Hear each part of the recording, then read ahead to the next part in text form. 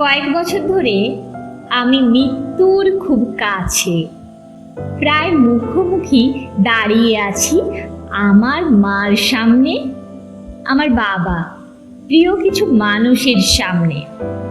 বাকরুদ্ধ হয়ে দাঁড়িয়ে আছি কয়েক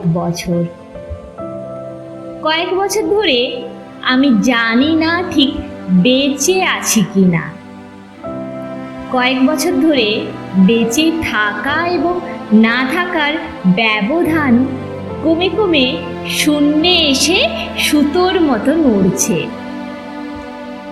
কয়েক বছর ধরে আমার ভেতরে বাইরে যে মানুষটা বাস করে, সে বীভৎস বোবা একটা মানুষ, যার বৃক্ষ থেকে শেষ শুকনো পাতাটাও ঝরে গেছে। জীবন থেকে জন্মের মতো বিদায় নিয়েছে বসন্ত।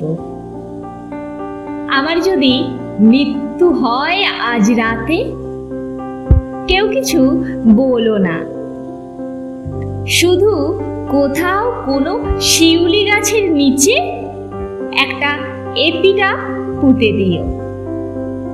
কয়েক বছর ধরে লেখা আমার এপিটাফ, সাদা কাগজের গায়ে সাদা রঙে সযত্নে লেখা এপিটাফ।